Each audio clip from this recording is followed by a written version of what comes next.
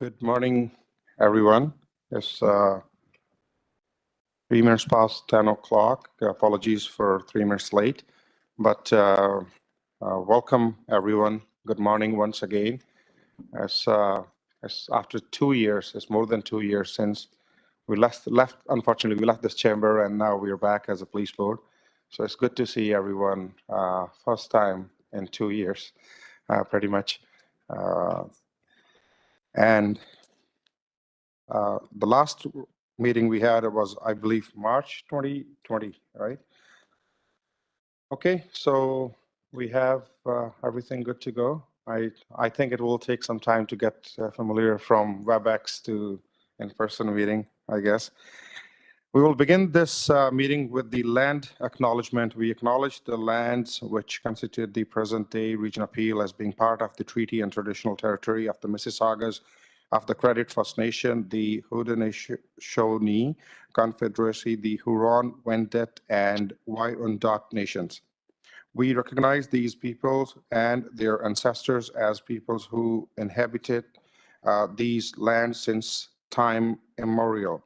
The Region Appeal is home to many global indigenous people. We are streaming the public portion of this meeting live on our YouTube channel.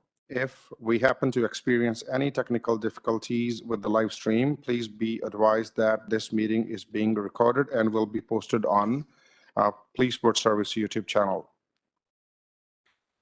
We will now begin the Peel Police Service Board meeting of April 2019, 2022. Before I ask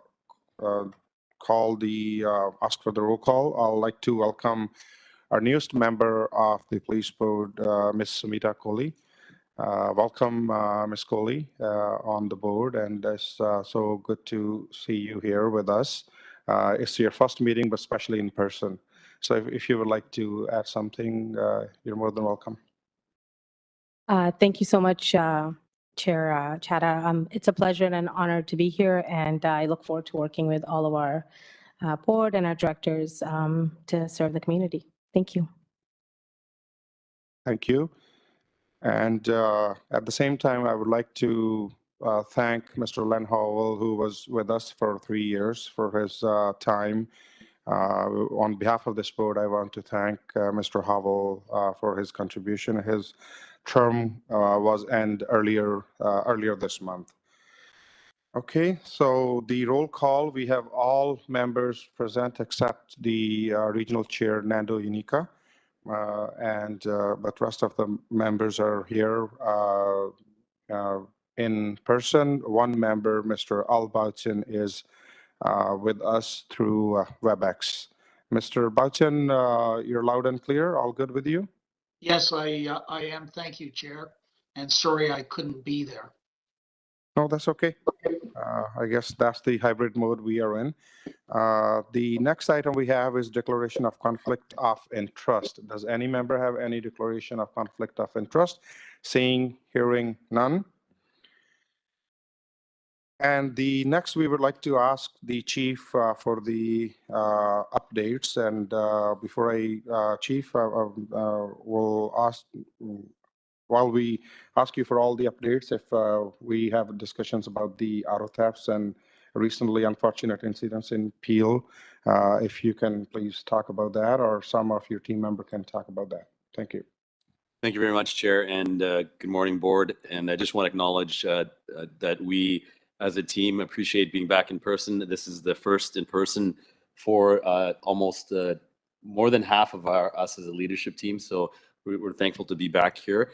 And with certainty, Chair, we'll have Deputy Chief Milinovic and Deputy Chief Andrews speak to some of the more recent incidents, particularly the auto theft. But maybe, Mark, if we can begin with you, and then subsequent to that, Nick. Thank you, Chief. Through the Chair, Board. I'd just like to update the Board on a significant investigation that was concluded since our last virtual board meeting. It centers around some violent armed robberies, home invasions, and firearms offences in the 12 Division area. Between November and February, November of 21 and February of this year, through some really great crime analysis and investigative work, 12 division officers, the CIB officers, were able to link 26 home invasions, commercial robberies, carjackings. Now, these incidents did not occur all in Peel. There were incidents in Peel. There were incidents in Toronto, York, Halton, and as far away as Bradford. And the level of violence in these incidents was frightening. People were being pulled out of their cars with guns waved in their faces. People were followed home, and their families terrorized. But what was happening, the 26 robberies were linked, and geographically they were separate, but we were able to link them back to a particular location. Next slide, please. This location was 2960 Drew Road, which is a commercial plaza utilized by cash-heavy businesses that large sums of cash were being transacted in that location. And the sophistication of these criminals was such that they were placing tracking devices on businessmen's cars and couriers' cars, following them to different locations and committing the robberies outside of the jurisdiction of Peel. Some were committed here in Peel, but some were being committed elsewhere. Next slide, please.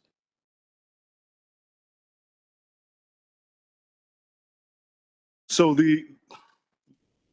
once we were able to tie these robberies, 26 robberies, to the one location, the investigation took its course, but we also looked to target harden the businesses. We didn't just the incident response piece, the investigative piece, we've always been extremely good at, but we also wanted to mitigate risk and do the work necessary to be to harden these targets in the risk prevention the crime prevention and risk mitigation space. The DMU, our SEPTED unit, our regional mobilization officers worked with the businesses to harden not only their physical locations, but also their business practices.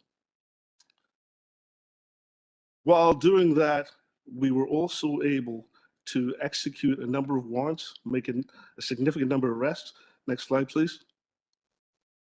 We were arrested 9 offenders, laid 87 criminal charges, and took out a significant criminal organization that was terrorizing that particular business grouping, but also impacting the wider community. Just great work by the officers of 12 Division, but also a collaborative piece of work being done with our partners from Toronto, York, Halton, and South Simcoe. It was the key piece that I would like to emphasize, though, is that we not only did the investigative piece, which is what we've always been very good at, but the fact that we have continued to work with the business owners to target harden processes and site. Subject to questions? Thank you, Mark. Much appreciated. And I think, Board, we know that the community responds, and you hear from the community regularly on things that capture their attention in the news. Not to diminish the severity of these egregious events. We always say, and you've heard me say before, that people's perception of safety is a reality, and we want to address that. We are thankful we are in the safest large urban, municipality nationally. It's a great stat, but the work behind the scenes is significant. And as you can see, it's a shift away from just the investigations and arresting people, but strengthening that community that's vulnerable. So thank you, Mark, for doing that. I think with that, Chair and Board Member Coley, we've all chatted recently about the prevalence of auto thefts, not just here in our community, a significant amount of work that's being done. So Deputy Chief Nick Milinovich is going to speak to that, and we'd happily open a conversation after that with the board. Sure, Chief. Excellent. Thank you, Chief, and through the chair. Good morning, board members. What I would like to present to the board today is generally 3 areas as it relates to auto theft. To begin with, and as you'll see, there's a slide. I'd like to discuss some of the analytics and the reality of what is happening in our community. In addition to that, I would also like to talk about some of the things that our police service is doing in order to address the issue. At the last Police Services Board meeting, we talked about the completion of a project, Project High Five, which today continues to be one of the most successful stolen auto investigations in the province. But we recognized that our work wasn't done with that project. This continues to be an issue for our community. We hear from them, and it's an issue for our police service. On the left-hand side, you'll see analytics dating back to 2016. The top line are the number of autos that are stolen in Peel region, and the line underneath it are the number of recoveries. It's obvious when you begin to analyze those details that there's a spike that occurs in around 2019, continuing into 2020 and 2021. If forced to provide an answer of what I would assign that spike to, it's obvious to me it's the pandemic. We're experiencing supply shortages. It's a lucrative criminal activity to be involved in, so it's low risk and extremely high reward, particularly right now because of pressures outside of police control. So moving into what our response as a police service is, and this is where I really want to provide the reassurance. Peel Police has a auto theft strategy that is second to none. We are one of the only police services with a centralized commercial auto crimes unit that is internationally recognized, has received awards at a variety of levels, and we've really developed some incredible subject expertise there. So our Commercial Auto Crime Bureau, in partnership, as we just heard from Deputy Andrews, with our divisional auto theft units and our policing partners, are really, really important to the police response here. And we're having tremendous success. Project High Five was just one example of that. And I really believe that we're going to continue to see the dividends of those successes and those partnerships and what we know as a traditional police response. In addition to what you would expect from a police service, we are applying the concepts of community safety and well-being planning. It can't just be police addressing this type of issue. So we're engaging with our partners. We're engaging in preventative strategies, trying to encourage the public to educate themselves about how they can prevent their vehicles from being taken from their driveways. We're engaging with our media partners and using our platform, again, to share the message, because awareness is going to be key in us being able to bring down the levels of auto theft that we're experiencing, not just here in Peel, but it's a provincial issue. It's a GTA issue, and all of our partners are experiencing the same trends upward. I'd also like to point out some of the outcomes of the work that we are doing. So over that period of time that we've done the analytics, we've had over 15,000 automobiles stolen, valued at $391 million. Our recovery rate over that same time period is 63%, which is still high. But despite the fact that we recover these vehicles, it doesn't minimize the impact that it has on our community when someone intrudes on their space and takes their car. And we understand that as a service, and we're committed to doing everything we can in order to address it. And this brings me to the third thing that I would like to discuss. The question is really, what can we do in addition to what we are already doing in order to address the situation? And the answer is, we really need to continue to promote with our community preventative strategies. We need to work with our corporate citizenship and private sector and look for opportunities to enhance security. There's 5 vehicles that are the top vehicles that are stolen.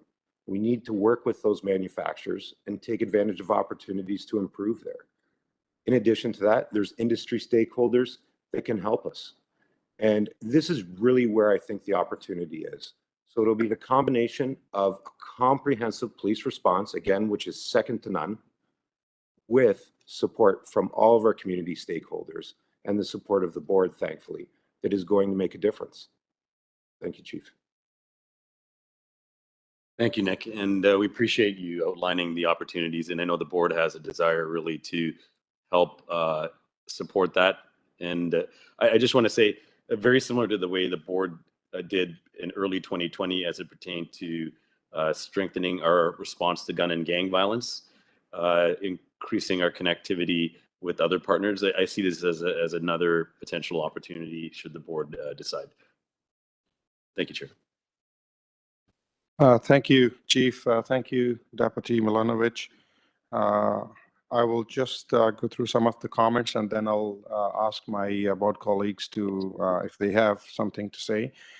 Obviously, the recent video we saw where the father in Peel holding his young child and walking towards his vehicle, just as a would-be thief tries to drive away with his infant still in the car.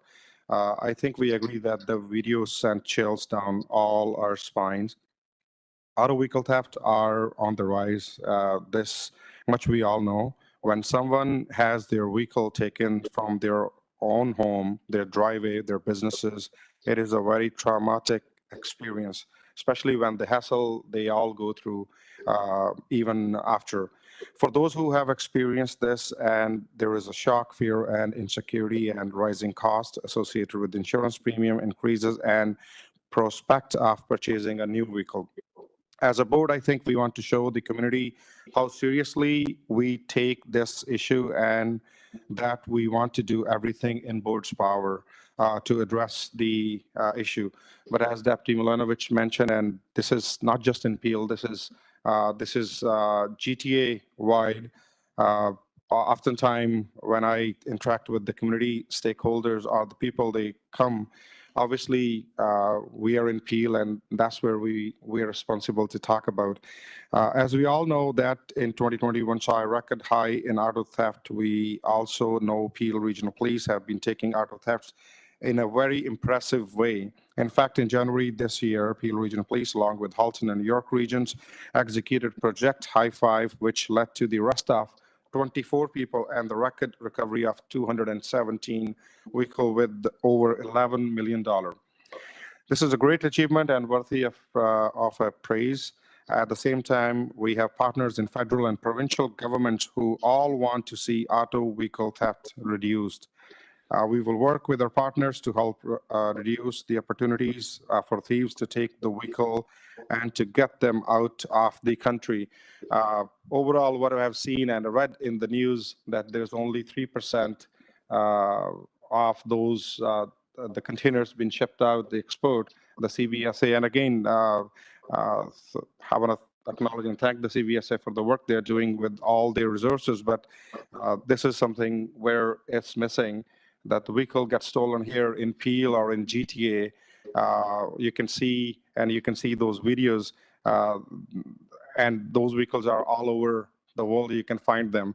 I came across this map through the media where it says if a vehicle gets stolen in Vancouver through Seattle, it could be found in Hong Kong, Thailand, or Vietnam, or Indonesia, or China, because that's the route. Or if it's in Toronto, Montreal, or Halifax on the eastern side, then it could go through New York, or even in Europe, Belgium, Poland, and Germany, or through Italy. It can go to West Africa, Middle East, or anywhere. So this is something we all know and we have seen, but obviously under the Peel Police, we don't control all that areas. But I guess, as Deputy Milanovic mentioned, that we need to work across the board with our community partners, with the private sector as well, and private sector and the financial institution and the insurance companies. That's where we need to work. Chief, I think it would be helpful for the board and the community if you can report back on how we are doing and what more can be done in the future. And I will be introducing a motion in regards to that. But before that, I'd like to have my board colleagues, if they are willing to add something. I see the hand of Mr. Boughton. Mr. Boughton, you're next. Please go ahead. Thank you, Ron. Through you, Chair, to the Chief.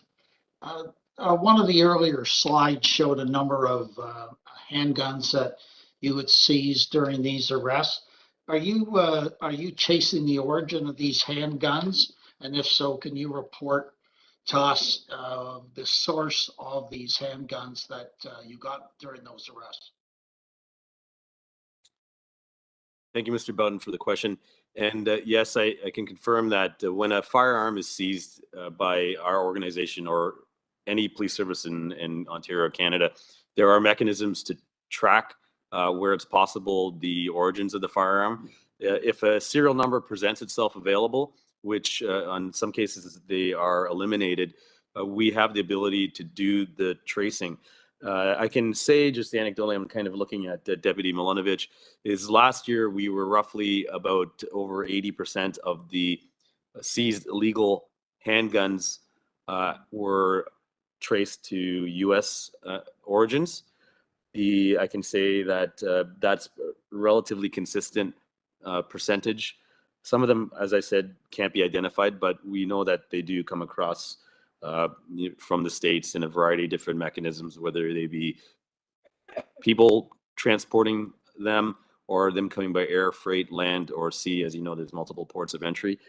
We can say that, from a long gun standpoint, we don't see as many seizures, but they tend to be traditionally as a result of break-in-enters or thefts. Nick, I don't know if you want to top that up. Thank you, Chief, and through the chair, absolutely. You are completely correct. The vast majority of handguns that we seize are sourced out of country to the U.S. And, those are just handguns that we seize. Crime guns that we seize, there's an even higher percentage. We see percentages of, again, in approximately 85 to 90% of all those firearms can be sourced outside of the country. And they are handguns. Great. Thank you so much. Thank you, Mr. Barton, and thank you, Deputy, and thank you, Chief. Next, we have Ms. Sumita Kohli. Thank you. Sorry.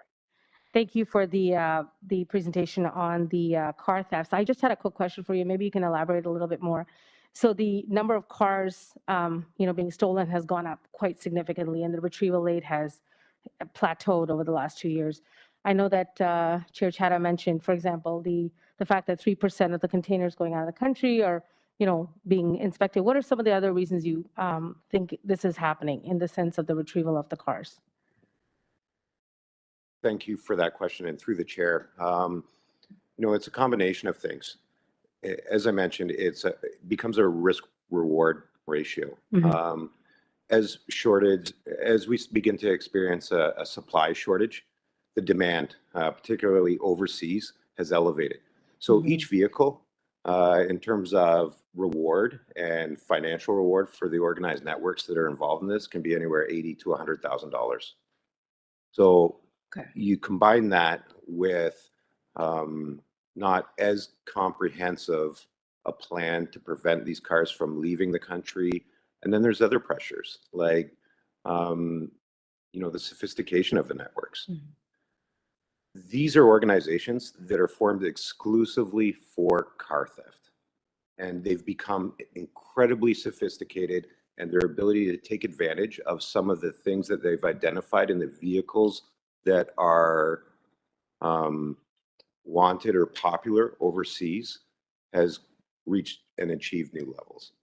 And so it's really a combination of all of those things. We recently had one of our detectives did a piece on CBC Market Watch. Mm-hmm. And in that, there was an investigative portion where they went to car lots, and there were cars that were for sale in car lots overseas countries still having Ontario license plates that were stolen 3 days before.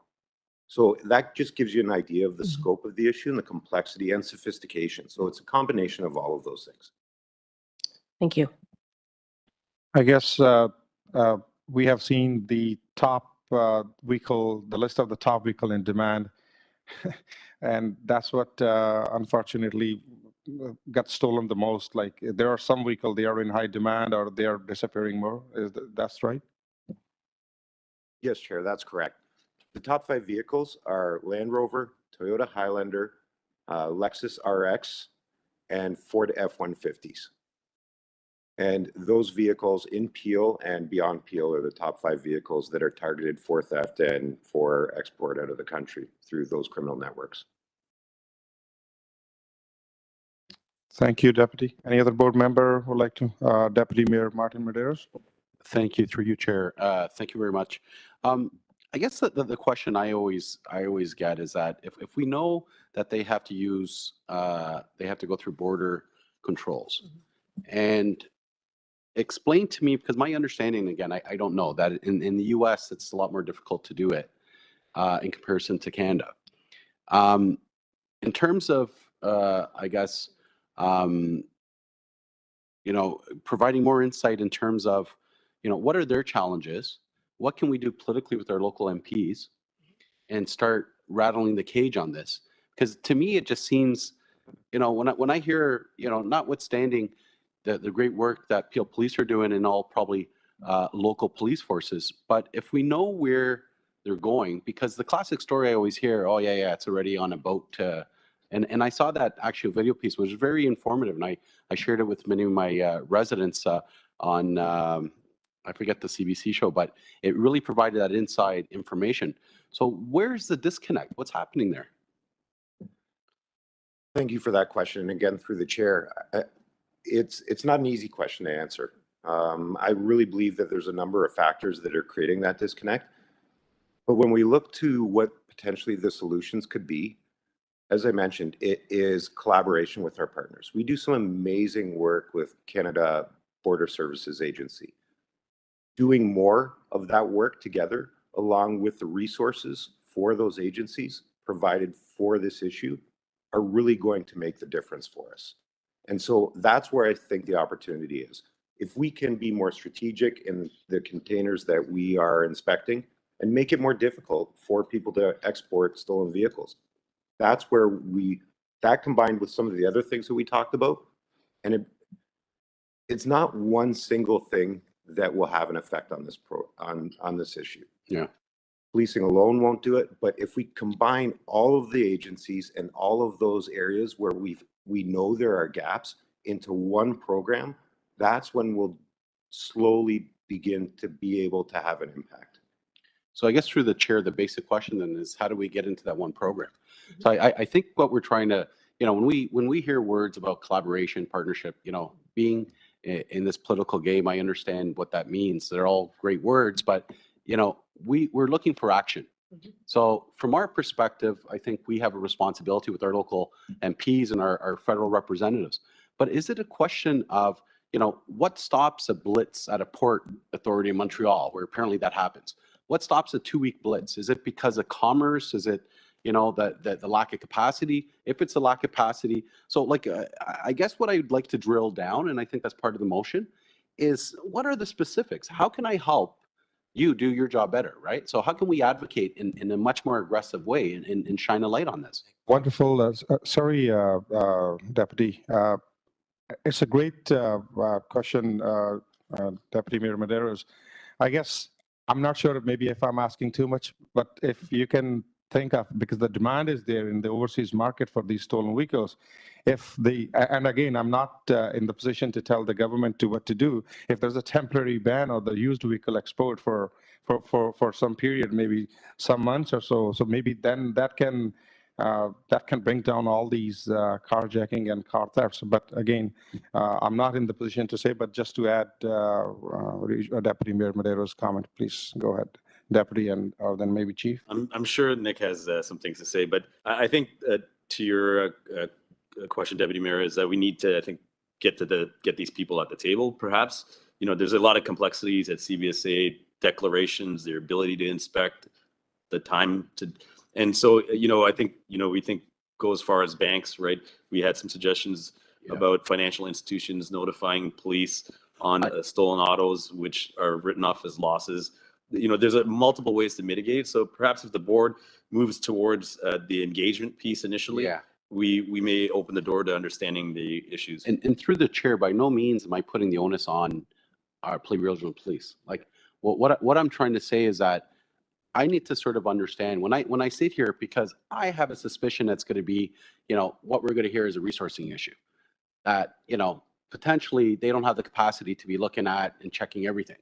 And that's kind of what I feel. I'm not trying to put the buck there, but if that is the issue, and police forces across the country recognize that as an issue, then it gives us a little bit more, because we sit here in our own little sort of silos trying to understand an issue which is really international. It's almost like, are we contacting the embassies where this is happening, right? So I guess what the residents want to know, or I guess what we want to know, is how can we push the needle? And by no means am I saying that Peel Police have to take on this baton and sort of push this. I just think that how can we leverage that and allow us to start from, I guess, the local level and get, our MPs here, educate them on the situation, get our ministers to respond. Let's get some letters out, right? And have them sort of look internally to see how can they best serve us.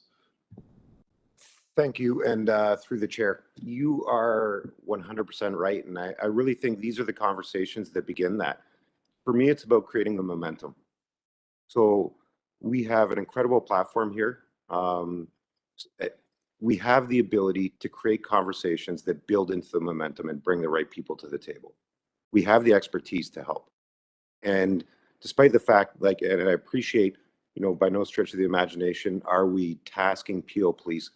We have some incredible expertise that could contribute to solutions here. They're already working with partners. When we talk, resourcing is an obvious issue.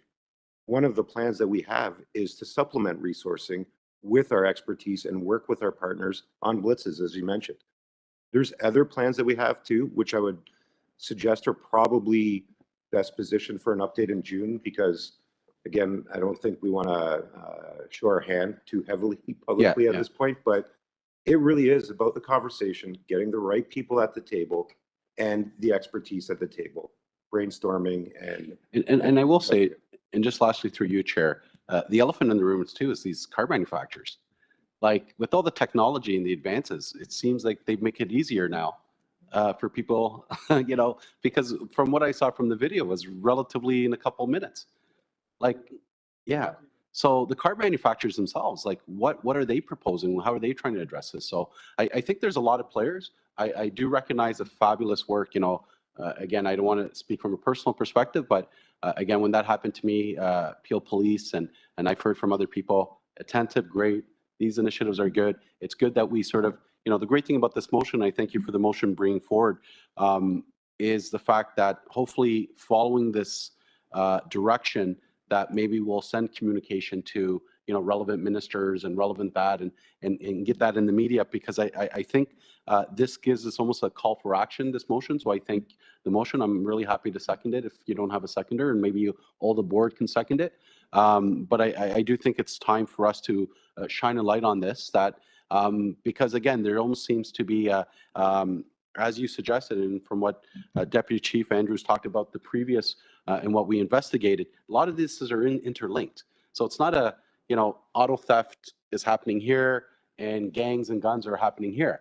There's all this interconnectedness. So if we can sort of, focus on some of this, I think will help sort of address some of the other issues. But fabulous work, really proud to, when I hear you guys talk about these initiatives that we're doing and understanding what's happening on a national scene, the residents should really feel confident in the great work that Peel Police are doing. So thank you very much.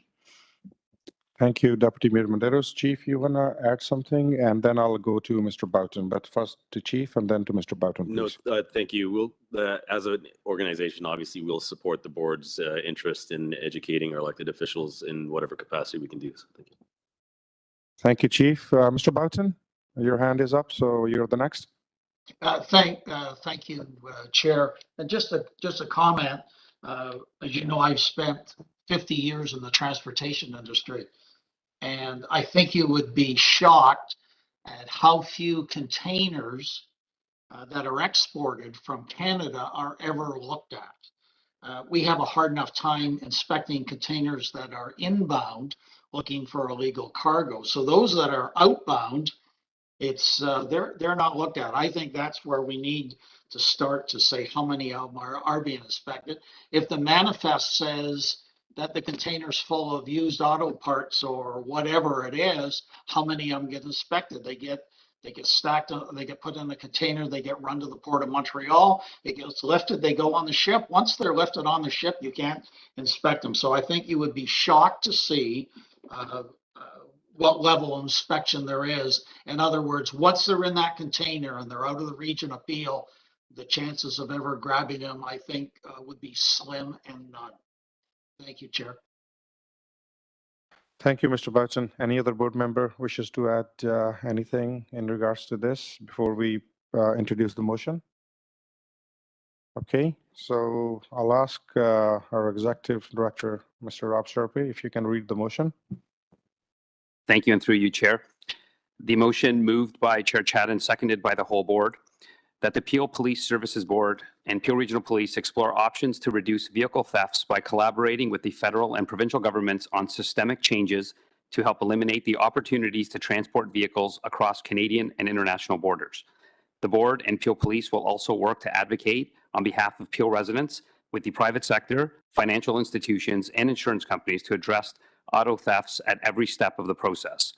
The board further requests that Peel Regional Police report back to the board and make a presentation on the issue of auto thefts in our region and what we are currently doing and how we can all work together to reduce auto thefts throughout Peel and throughout Ontario. Thank you.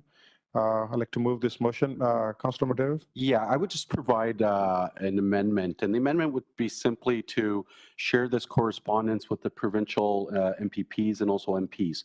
I think it's important that we start sort of, signaling Exactly. to them it's an important issue. So I would say to our local in Peel region, MPs and MPPs, and then after to relevant ministers. And perhaps the other enforcement or the all level of enforcement, maybe the CBSA or any other jurisdiction? Yeah, and the other thing I would say as again, this motion directs a presentation. When we do that presentation, would be to invite our local representatives to be in attendance so they can understand, because they're probably hearing it as well. Yeah, that's a good suggestion. Perhaps we can host a meeting, maybe virtual or in person, and we can have all Peel region elected officials, and we can pass over all the challenges as a police service we are facing in these overseas circumstances. Okay, thank you, everyone. So I'd like to put forward this motion, and I guess everyone is okay to second it, as Mayor Crombie and Deputy Mayor Medeiros mentioned. So all in favor? Okay, this is carried unanimously. Anyone opposed? Seeing none. So this is carried. Thank you. Thank you to Chief and Deputy Chief, the entire team, and the board members for this. The next item we have, before I go to the next item, I would like to apologize, as I should have mentioned this earlier, that we have our newest Deputy Chief, Mark Dapat, is here. Sorry, Mark, you should have been acknowledged in the beginning. It's my bad. It's so good to see you on this table with us, and looking forward to working with you. Anything you want to add? Good morning, and through the chair, thank you for that acknowledgement. I'm just very honored and excited to have joined such an amazing team, and I'm looking forward to working with each and every one of you. Thank you. Thank you. The next we have is the board members' questions or announcement. Do we have any announcement? Any board member wishes to add anything? Seeing, hearing none. Then the item number 1 we have is the approval of the minutes of the meeting held on February 20, on Friday, February 25th, 2022. Any question or comment? Deputy Mayor, you want to add something? Yeah, my apologies. I just want to, at the beginning, I should have, in conjunction with Councillor Bowman, I held a somewhat of an informal town hall at one of our recreation centers where we had the chief and his team come by. And I just wanted to pass on unanimously everyone who attended, and these were community leaders throughout the city of Brampton, all left with a sense of more understanding the challenges and the great work that the police force are doing. So I just want to say kudos, notwithstanding that event, but it sort of was my hunch, and it's what we talk about a lot, Chief, is that sometimes perception and, what actually reality doesn't go hand in hand.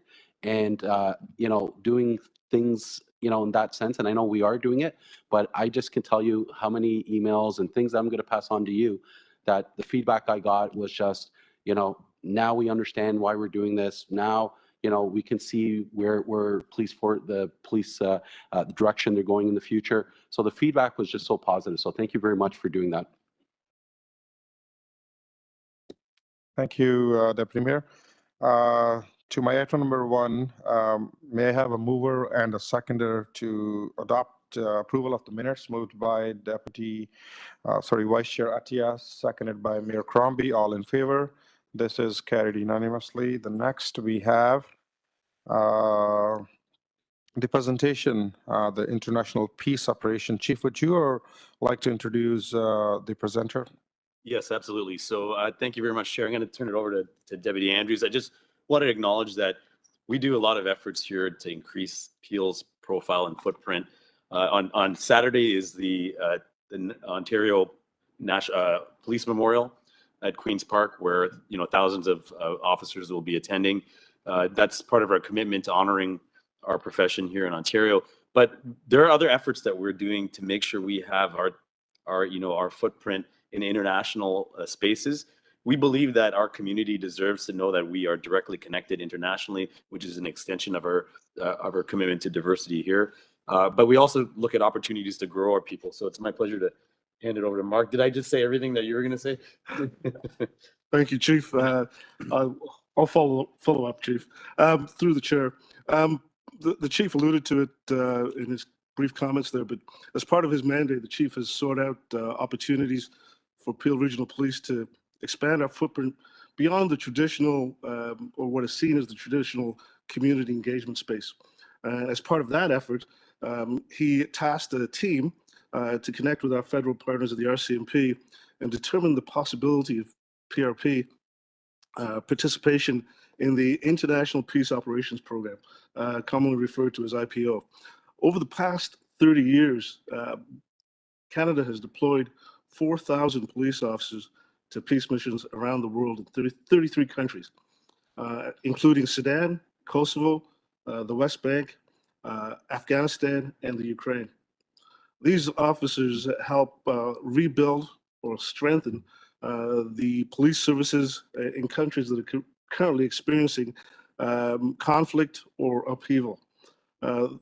Through police participation in these missions, Canada commits to building a stronger, safer, and more secure world that is reflected in our community here in the region of Peel.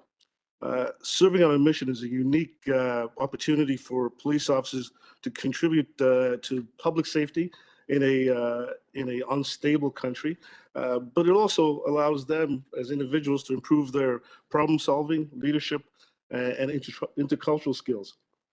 This benefits not only the officer, but the police service when they bring these skills back to their organizations and the communities they serve.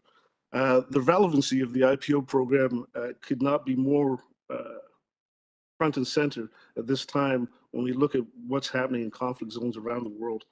I'm going to ask Inspector Deb Pendlebury, who is the lead in developing this partnership, and RSM Kevin Cranley to brief the board on the details of the program and our participation in it.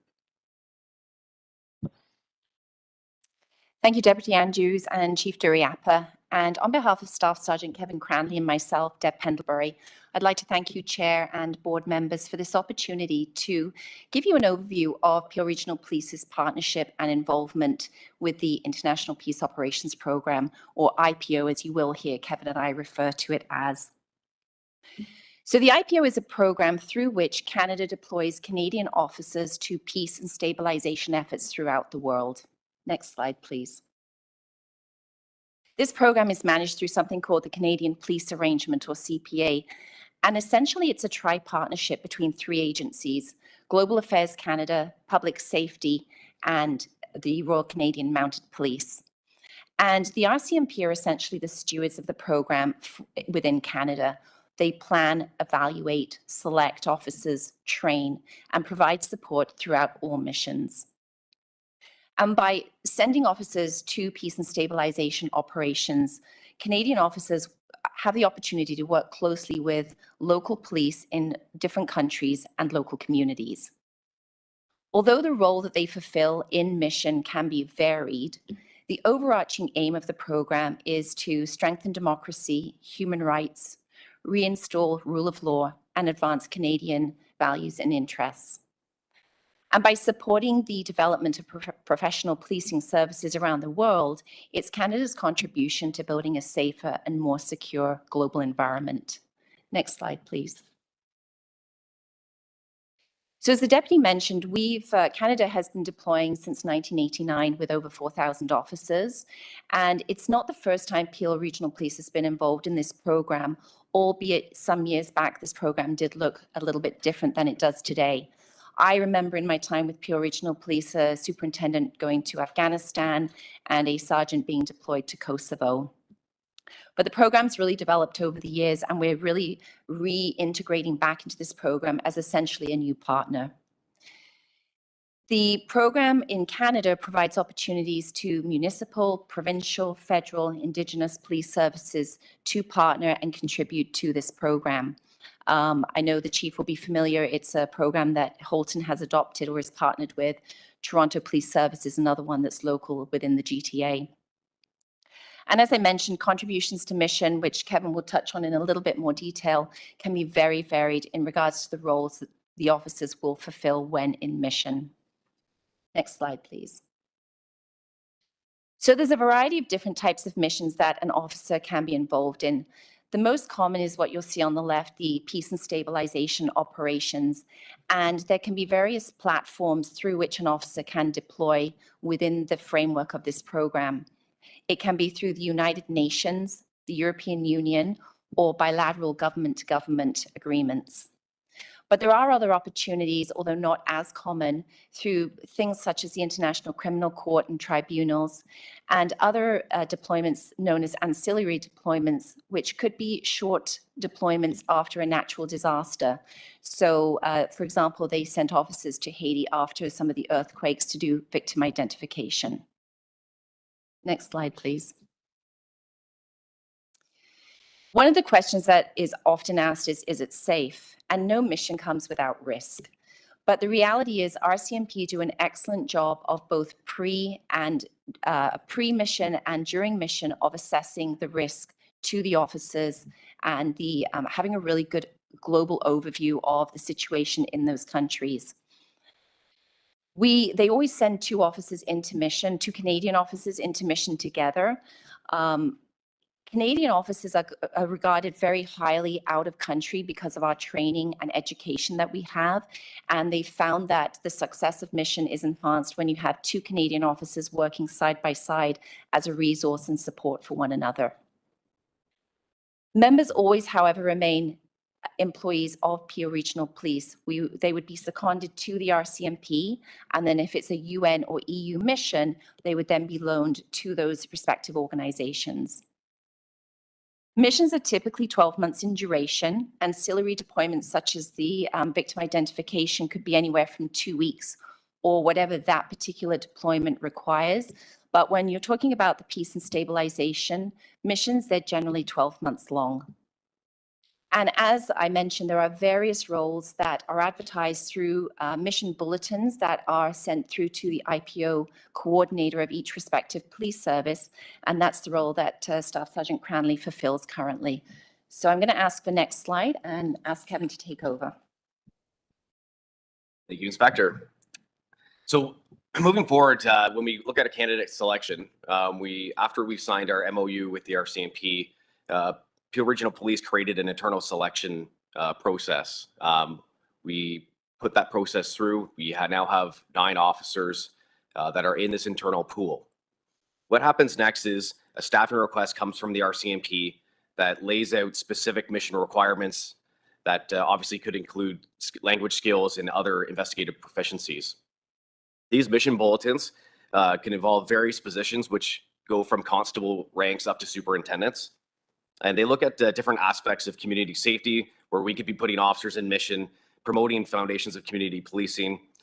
We could be looking at putting officers into a forensic role, major crime positions, sexual and gender-based violence positions, and serious and organized crime positions. And as I said, that could be at various ranks and positions. Following that, the mission bulletins that come to myself, We look through our candidate pool and see if there's any applicable applicants that would be proficient in these positions. And then we push them through the RCMP. If selected by the RCMP, they move forward to what's called IPSA, which is the International Peace Support Operations Training, which is a pre-deployment training to prepare our officers for deployment. That's held in Ottawa, and it's about 3 weeks in duration. If I give the next slide, please. So these are current missions that the IPO program is deploying to. As you'll see, the Ukraine is present on there, but obviously with the conflict that is happening there, they've evacuated the IPO officers.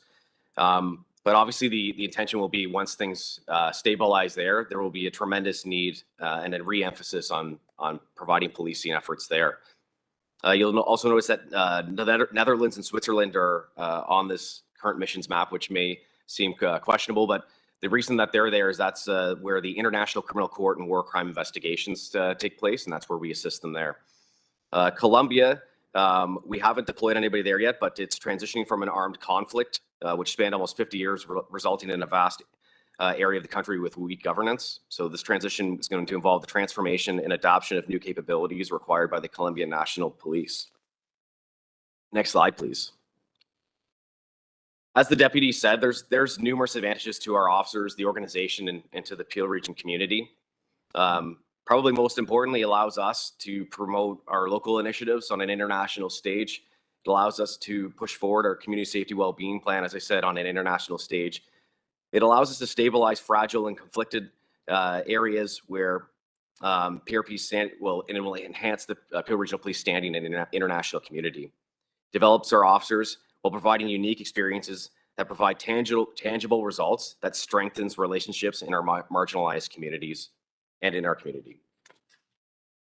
Next slide, please.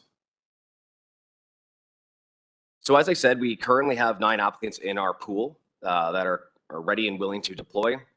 We have 3 officers in a selection process, 2 within the European Union. And I'm happy to announce that Inspector Pendlebury has been selected to be the Deputy Director to be deployed in July to the West Bank. Next slide, please. And lastly, as Inspector Pendlebury said, I'd really like to thank you all for your time and consideration in this. And if there's any questions about the program, we're happy to take them now. Any question or comment from the board members? Deputy Mayor Medeiros. Thank you very much through you, Mr. Chair. Thank you for the presentation. I guess the first obvious one, because when I saw the numbers in 9, in terms of resourcing issues, really doesn't create any resource concerns in terms of, and that leads to my sort of second one would be, I think this is a great initiative, and how are we going to be promoting it in terms to get more sort of people to, I'm just, notwithstanding my own life in terms of studying and working abroad, I just think that experience, not only can we promote sort of what we're doing, but also the enrichment and personal fulfillment, personal development, and some of that comes back, I think is just so important. If I could add, Chair, the program is full cost recovery, which allows us to backfill. If there's any concerns on that front. And just to add to the deputy's comments, there is a robust process before we give permission for an officer to deploy.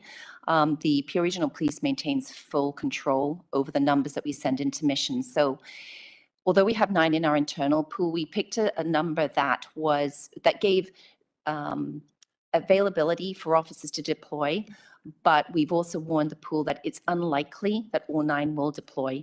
And that's for a number of reasons. Missions come in looking for certain skill sets or experience, and we wanted a number large enough that we would have officers that could meet some of that criteria. But when a mission comes in, there's conversations between Kevin and the chief and the management group to look at who we have deployed. Operationally, can we release more members? And part of the selection process actually engages conversation with area commanders to look at their staffing levels and determine, can they release that member for a year? Because it is a significant commitment. So there are checks and balances in regards to the numbers that we are deploying or will deploy in the future. Thank you. If no further comments on this, Sorry, I missed that. Vice Chair Atia, please. Thank you, Chair. I have a number of questions. How do we know that we're not sending police officers to places, deploying them to countries where police services over there are involved in human rights violations and abuse of, people in their countries? I sit on the board of Human Rights Watch, and there's a lot of research, where expose human rights violations that are actually, executed or done by police services. And in fact, there was allegations of Canada or Canadian police being sent a number of years ago to a country where to offer training. And this is really where the question around training, right? Where we're offering training and expertise to police who are abusing their local people. And so what due diligence as Peel, just as Peel police, are we doing to make sure we're not sending police officers to those types of areas? Just to answer your question, sir, on a couple of levels. First of all, from a mission perspective, every mission and every country that the mission is going into is scrutinized heavily, and this comes from the ministerial level right through to the RCMP. So before officers are allowed to deploy into mission, it has to be approved through three ministers: Minister of Foreign Affairs, International Development, and Public Safety. So every year there's a review of the countries that these missions are active within to ensure that there is no conflict in regards to Canadian interests. So that's sort of on the larger global scale. In regards to more on the boots on the ground, although I haven't been to training, I actually start next week. There is an intense component to the training in regards to human rights, expected conduct, and also an obligation of reporting. So I'm aware of the example you speak of with officers previously that have brought some disrepute to the program. Officers who don't report in mission, when they become aware of behaviors or actions of fellow co-workers, if they don't report, they are held to the same accountable standard as the person doing those grievous actions. So there's a very high expectation placed on any officer deploying. And there is a very robust reporting mechanism, not just within mission. The mission I'm going to, there is a superintendent of RCMP who has the oversight of the entire policing contingent, who keeps in very regular contact with the RCMP program and through the ministries. So if any activities or behaviors look to be egregious in nature that will bring disrepute to the officers on the ground or the Canadian government, there is a reporting mechanism that the appropriate actions would be taken. There's a lot of robust analysis and research done before we deploy or before this program deploys and identifies countries suitable for mission officers. Thank you. Just one other question. Deputy Chief, you kind of touched on this, but when we're sending officers abroad, clearly, we're removing resources from those that we need so badly here in Peel. We as a board have been on the budget, have been very, trying to stay tight on the budget, limited hires every year. And so, I understand it's financial recovery, but and you said there's backfill. Can you explain that better? Because how do you backfill for a very short period of time when, are we hiring new people just for a year to cover, or how does that work to make sure we're not impacting our services here on the ground? Thank you for that question, Vice Chair. The full cost recovery is financial. There's no financial implication for us. We are able to fill that position for the period of time that the officer is seconded. You are right, there is an impact, and that's why we measure we have a measured response, and we're not going to be deploying numbers of officers that are going to be impactful to the organization. But it's a cost-benefit analysis. There are costs in terms of resource costs, but the benefits that we believe this program brings back, not only to the individual officers, but to our service and our community and to Canada, and raising the profile of our organization on the international stage, I think are worth it.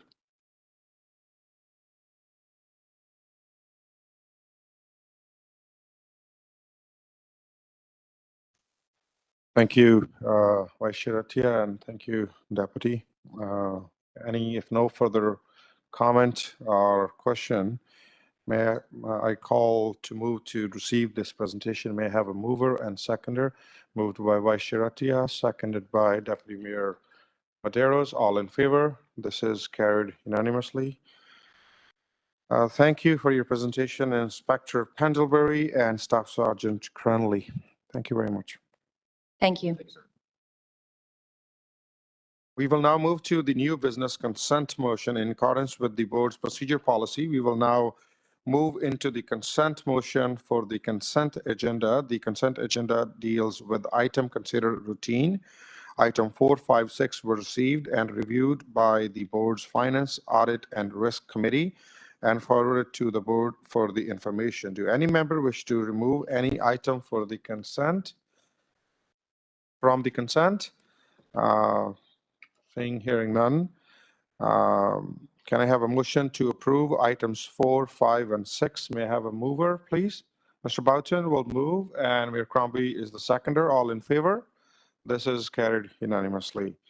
We will now move on to the other new business side, the item number 7, the PSB nominations for civilian citation and police commendations, Regional Municipality of Peel Police Services Board awards report. Chief, would you like to speak on this report?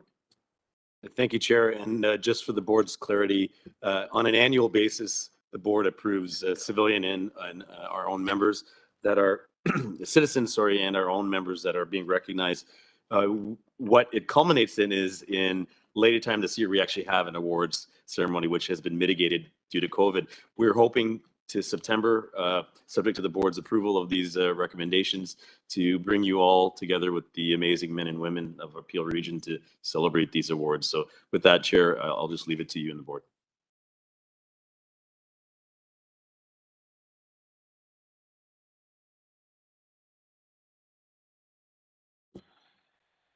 Okay, thank you, Chief. Any question or comment from the board? Mayor Crombie? Yeah, thank you, Mr. Chair. And I was reading these civilian citations, and these are some pretty impressive people, and they don't recognize that what they've done are true acts of heroism. So it was very impressive. I don't know if, I guess because it was, there were individuals, maybe I should take it up privately without mentioning incidents, but I can think of a few others that may have been considered, should be considered. So maybe I'll take that up privately so I don't.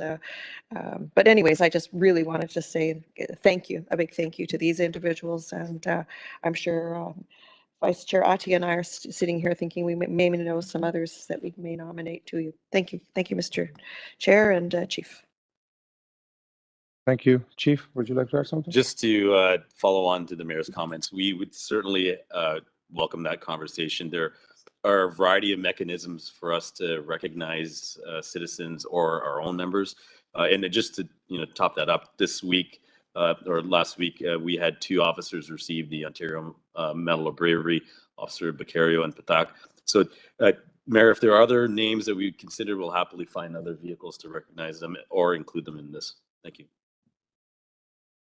Vice Chair Atia, please. Thank you, Chief. Just following up on that, maybe we can introduce as part of the process where you develop your nominations for this, the board, the board can submit as well for coming years. Absolutely, Vice Chair Atia, that's a great suggestion. Okay, if no further comment or question, I may have a mover to receive this report. Mover and seconder. Moved by Vice Chair Atia, seconded by Ms. Coley. All in favor? This is carried unanimously. The next we have item number 8, body-worn camera and digital evidence management system. Status report, Deputy Chief Oduardi.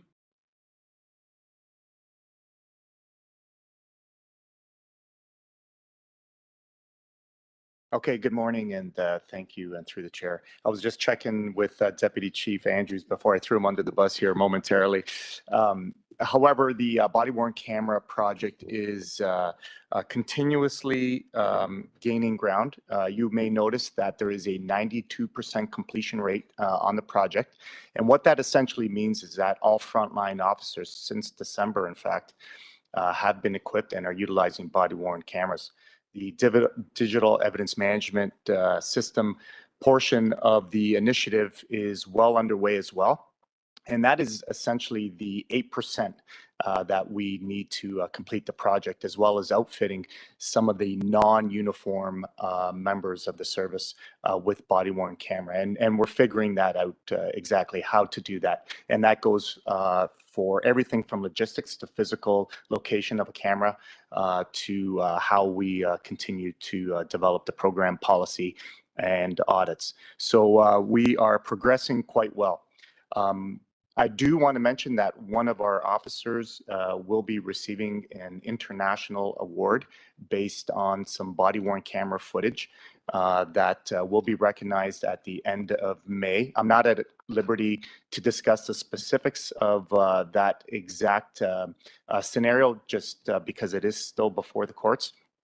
But our officer will be congratulated and recognized internationally for that at the end of the month. With that, those are my updates. Thank you, Deputy Oduwadi. Any question, comment, concern from the board members? Hearing none, may I have a mover to receive the report? Moved by Deputy Mayor Medeiros. Do we have seconder? Seconded by Vice Chair Atia. All in favor? This is carried unanimously. Through the chair, I did have a question. Oh, sorry, my bad. Okay. Just again, now that we're fully complete on the deployment, just on the feedback, this is a development project, so community response, complaints, anything new there? Thank you for the question and through the chair. We have continuously received feedback through the open channel that we provided on our website. As you know, we've adjusted policy, in fact, in the way we implement and audit body-worn cameras. And we have also received feedback through the Ontario Human Rights Initiative that we've undertaken regarding the strength of the project, the application. There have been no major concerns or issues identified. However, we do continually evaluate the project, not just from an internal lens, but from our stakeholders as well, and of course the community experience. And that's really what we're trying to monitor and improve on. And is the updated policy on, because the policy was always on our website, is the updated version there now as well? Thank you. And through the chair, yes, the updated policy version is on our website, and we continually look to improve it through feedback. Thank you. Thank you, Deputy Oduwadi, and thank you, Vice Chair Atia. Again, I would just say to receive the report, moved by Deputy Mayor Medeiros, seconded by Vice Chair Atia. All in favor? This is carried unanimously. Thank you. And that's it. This concludes the public portion of the Peel Police Services Board meeting. And we will adjourn for 5 minutes and then move in camera. Thank you very much. Thanks to the public for watching and anyone who will be leaving from this chamber. I guess, do I need a motion? No, don't need a motion. So anyway, this conclude, and we will adjourn for 5 minutes, and then we will move in camera portion of today's meeting. Thank you.